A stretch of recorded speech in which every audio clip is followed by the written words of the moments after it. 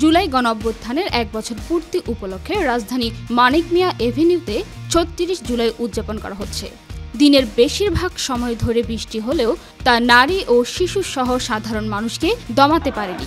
তারা বৃষ্টি উপেক্ষা করে ছুটে এসেছেন এই উদযাপন অনুষ্ঠানে।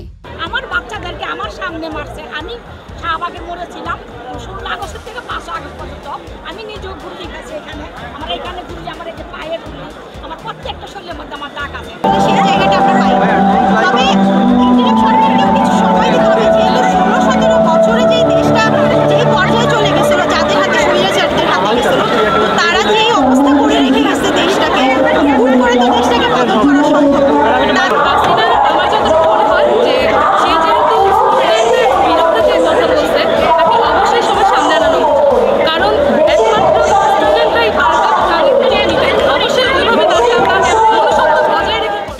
মঙ্গলবার ৫ই আগস্ট মানিক মিয়া এভিনিউয়ের পুরো এলাকা ঘুরে এমনই উৎসবের চিত্র দেখা গেছে।